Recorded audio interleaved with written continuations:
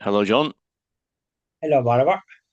So today we're going to talk about Oliver Plunkett. I know you're very fond of Oliver Plunkett. He was born in Oldcastle on the 1st of November 1625, County Meath. Raised in a Catholic family during a time of severe persecution, he received his early education at home before travelling to Rome in 1647. There he was ordained a priest in 1654 and went on to teach theology. In 1669, he was appointed Archbishop of Armagh and returned to Ireland after more than 20 years abroad, determined to reform and strengthen the church. What followed was a life of service, courage, and ultimately martyrdom. Let's talk about Oliver Plunkett. That's right. There he is there. And the 400th anniversary of his birth. And it was at an auspicious time, the 1st of November, All Saints' Day, a very auspicious time. And he come from a well-to-do family in many ways. At the time, they owned land just about a mile from Oldcastle called Lough Crew. And of course, you've got the medieval tombs up in Lacrew as well in another part of it. Now, not in his land, but in another part. Of course, it could have been his land at the time. But so there was celebrations for his 400th anniversary of his birth, and there was masses, and there was one very important one at 3 o'clock on the 3 o'clock. It was on I think it was the 4th of July. Maybe it was a bit earlier, but it was at 3 o'clock, and the play and the grounds were packed. There was chairs provided and quite a few chairs, so and there was a lot of priests there as well, and then there was the Bishop of Meath, Bishop Michael Dean. He's from Cork originally. And then there was Archbishop Eamon Martin was there. And so it was a great ceremony. And there was a choir from Mullingar, and they were lovely. They sung hymns that I certainly could join in. And there were the loudspeaker and everything. There was no heaters on it. Sometimes you go to these events and suddenly there's problems with the sound system, but there was none whatsoever, and it was a good day. And Archbishop Eamon Martin gave a great sermon. I call it a sermon because it covered a multitude, and it was one of the best I've ever heard. He's from Derry. He was ordained a priest in Derry, and that's a very Catholic part of the country. And because of the fact that they were suffering a certain amount of persecution from the Unionists, and in Derry, the majority of that city is Catholic, but there's a nasty breed as well there of the other crowd, and there was often trouble there in Derry, quite frankly. There was Bloody Sunday there at court when 17 Catholics or more were murdered, the peaceful ones. So, anyway, suffice to say that he gave a great speech or a great sermon, and it was very uplifting and very helpful for Catholics to be proud of their Catholic faith. Bishop Dean said one or two. He didn't say a sermon, but I don't know whether he spoke at one stage. And funny enough, his accent was quite different than from Cork. It sounded like an upmarket English accent. Strange enough, it didn't seem fit for all the Irish ones that was there. And then communion was there was bishops having it, and I think I got it from Bishop Eamon Martin. I'd like to get it from the head man if I can. So I cut across. He was over there, and I got it there. And then I come back to my own seat. I didn't. You know, I go where I think I'm going to get the same way when I'm at mass. I was at mass on Sunday in Navan, and the priest was gives he was give a good, and he was a very good priest. He gave a good talk as well, the word of God when he was talking, and he was giving it on the left hand side, so I was on the right hand side, but he clipped across, and I saw a vacant spot, and I knelt there and I got it on the tongue. Unfortunately, most of them seem to put out their paw, even though they're kneeling, which is extraordinary. But be that as it may, that's their business. But I got it in the tongue, and I say amen.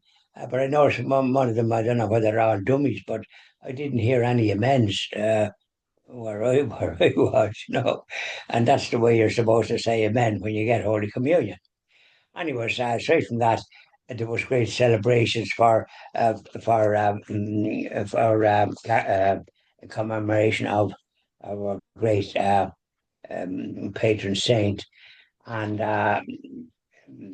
the Bishop of Meath gave a write up an article about him, and there he is, blessed when he was blessed Oliver Plunkett. And there he is, and he is a very imposing man. But it was during the time of the British, and honest to God, they persecuted our brothers and sisters. And they were in Armagh. They have this one that they got specially done. It's in bronze, and it shows with the chains.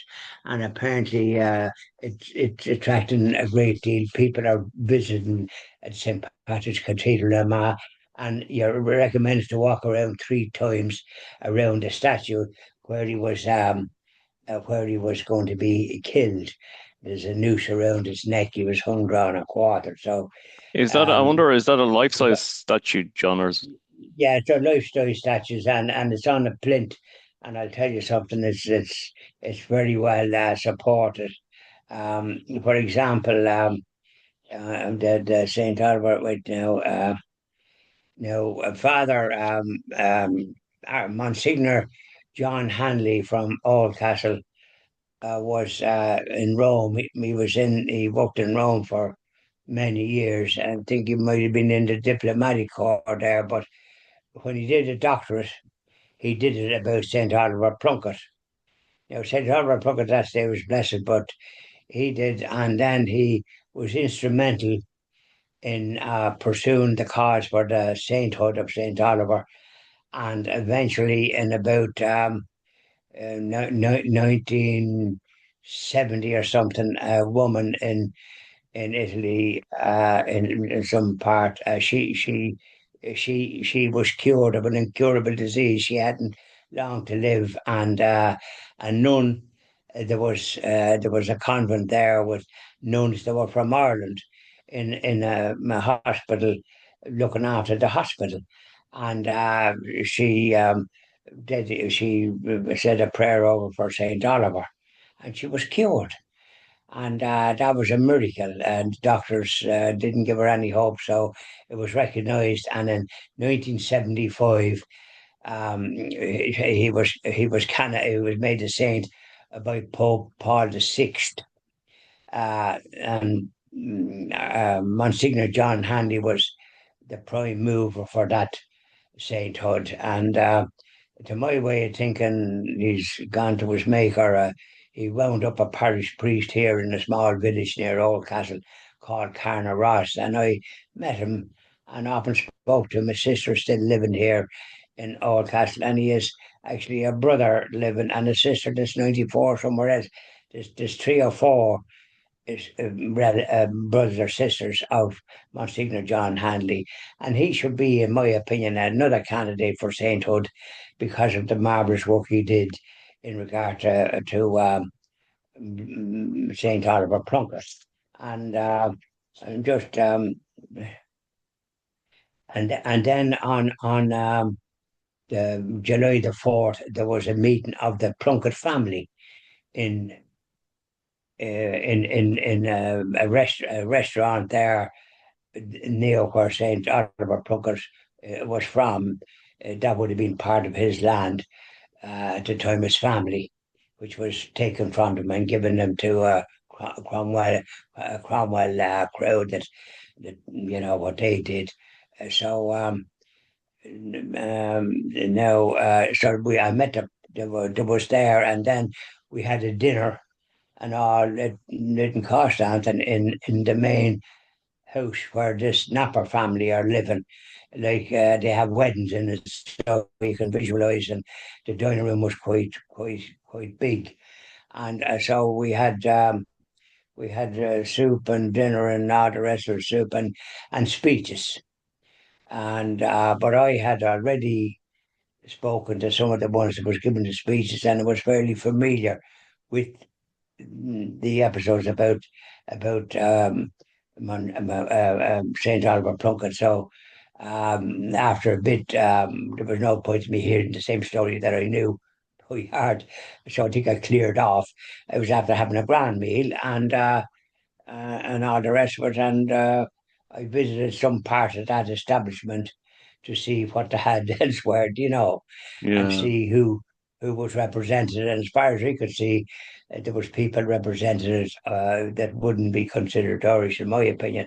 They looked like old dowagers and so on and so forth, wearing cloaks representing the foreign crowd in Britain. Anyways, so St. Oliver Plunkett's life has been honoured. But the strange thing is, when I was in Knock for a few days, I spoke to anyone that I was speaking to, and I spoke to quite a few. And they didn't know anything about St. Oliver Plunkett. Now, I gave a couple of leaflets that I happened to have about him, but I was surprised that they didn't know about him. Now, I've done programs about St. Oliver Plunkett on my live videos, but now we're doing one on the Zoom, and has a wider audience. And so we're blessed to have Saint Oliver Plunkett made a saint. As a fellow says, it's 400 years ago since his birth, and then his death, hung drawn and quarter in Tyburn, found innocent in Dundalk with a court that was mostly Protestant. Because Irish people weren't allowed to have anything, weren't allowed an education or anything. So, but they found him innocent. And so that should have been the end of the story, because they made out that he was in touch with France, trying to bring an army here, That's right. which was pure rubbish. And this is what he was condemned. There was priests that were bad priests, that were not practicing the proper faith, and he got rid of them. But they were the ones that went over there, including a Franciscan, and gave false evidence against him. Now, as I say, he was condemned to death in the most horrible death, hung down and quartered, and he's honoured over in the nuns and Tyburn, and they have relics of Saint Oliver Plunkett, and they venerate Saint Oliver Plunkett in that convent and speak about his martyrdom. But funny enough, EWTN, the big Catholic television station worldwide now at this stage, somebody video from there visited, and the nuns mentioned St. Oliver Plunkett. They might as well mention the man in the moon for all the interest that this a person from EWTN showed, and I thought it was terribly disrespectful at the time that they had that attitude. I've never heard him preach. I've never heard anything about him on EWTN, which is a shame. On the Christian TV Ireland, when we are established, we will certainly it'll be Saint Oliver Plunkett will be a patron, as well as the Sacred Heart of Jesus and our Blessed Mother and our martyrs. They will be all patrons, and so he will be. We will let viewers know when we're established about Saint Oliver Plunkett, and that how he preached.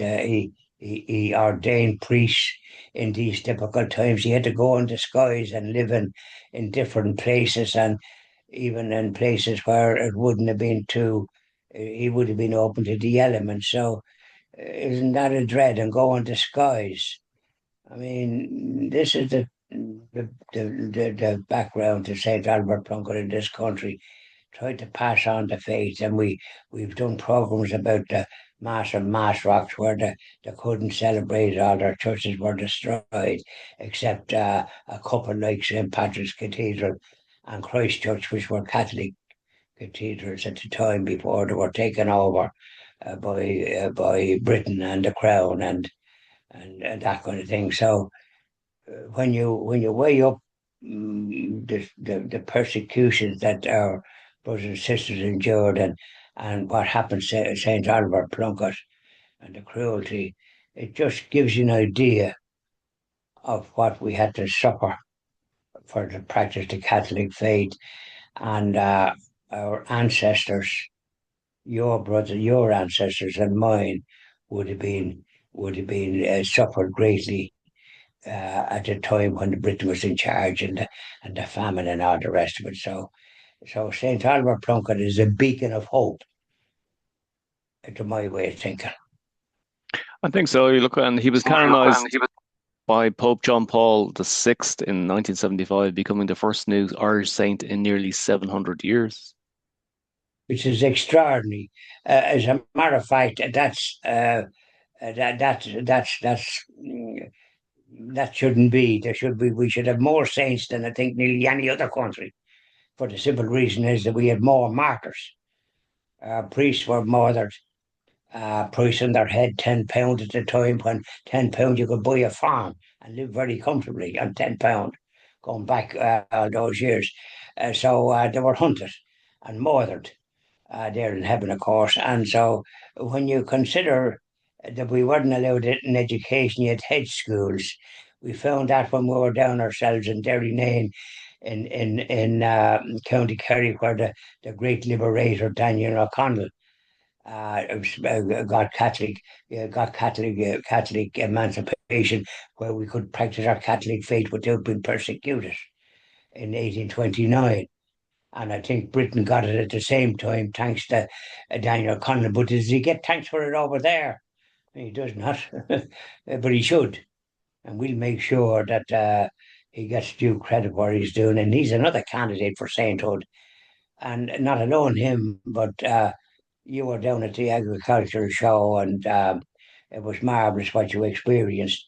And Legion of Mary and Frank Duff that founded it. It's worldwide and such a great organisation.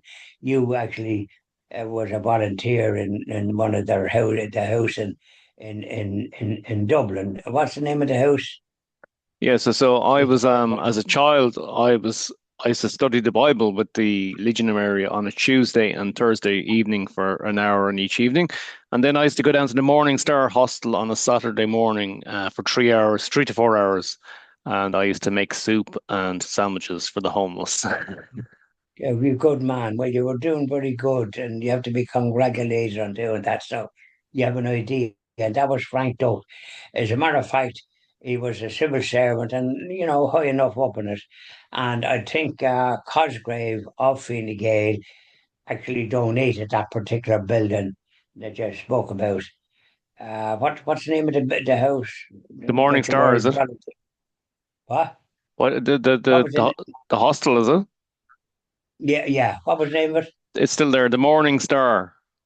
I think that building was donated by Cosgraves, by the Taoiseach Cosgrave, because Frank Duff went to him and for this need, and he provided that, and I think he provided some funds for to alter it so as it would be suitable for what the homeless and all the rest of it. So Frank Duff, I don't know whether he's venerable at the moment or even what's this the first one is servant of God, but he's a quality. He did so much good work that he should be a saint. I mean, we have two ones now that Charles Acutis or something or fellow from Italy, young chap, and then some Frascati, another youngish man from Italy, and it's getting a lot of publicity here. I see pictures in churches of this Acutis. He was only a young chap, but He did a good bit for the faith. But look at all what our brothers and sisters did. It's we did far more, and I think we should have far more said we have saints up in heaven. And I'd like to hear a bit more. Well, when we get going in the Christian TV, we would be promoting all these people for sainthood, and not least Daniel O'Connell and Monsignor Hugh O'Flaherty, the marvelous. He was in the Vatican during the Second World War, and he saved Jews and prisoners of wars. He was a great person, and he got houses to keep them in safety and all the rest of it, and in the Vatican. So, I mean, that man is a saint. He's up in heaven, and so is Daniel O'Connell for all the good he did. You'll hear maybe a not negative thing about Daniel, but that's what you're going to get when a person is good. You're going to get the naysayers that believe in nothing. So we're talking about Saint Oliver Plunkett, and it took a long time for him to become a saint, which doesn't seem right to me at all. In 800 years, I mean, or 700 years, that's ridiculous. It certainly took a long time for a great man to be canonized. It is, and but we'll be promoting the causes for the ones that I know about and you know about, and we'll be promoting that when we have our TV station, please God. And I think that should be hopefully sooner than later when we have the charity license from the government, I think and I'm quite sure then, the most yeah. important thing, John, is that on July the 1st, 1681, at Tyburn, London, he forgave his accusers and executioners, declaring he died the Queen's faithful subject, but God's first. Right, you're right. Well, yes, he did, and he forgave them. But this business of the Queen and that and all the rest of it, I mean, we were a republic, and we didn't have that business of what they had and all this pomp and ceremony. We were living in dire poverty, and couldn't be educated, and we were the saints and scholars with a great education, and suddenly we were portrayed as drunkards and ne'er-do-wells and all the rest of it. And why was that, do you think? Because the open in every town and village, they give a license to these places that it could be a pub and sell liquor. And so this is how we had to pioneer St. Matthew, the Pioneer Apples Association, to deal with all the problem of drunkenness. The same way as they did with the Indians in America, they gave them liquor and had them kind of half crazy. And the same way in China, they gave them the dope or whatever you call it, cannabis or that, and had them kind of not right in the head. So you don't do that to people. You treat them with respect. And that's something that they didn't practice. They had their own pomp and ceremony over there. But you have to treat people with respect. That's the way that's what people are entitled to and entitled to in education. We were denied in education for centuries and had to get it on head school. So this was the background that St. Albert Plunkett came back to. And it was a terrible time for anybody practicing the Catholic faith in this country. Thank you very much, John. Thank you very much, Oliver.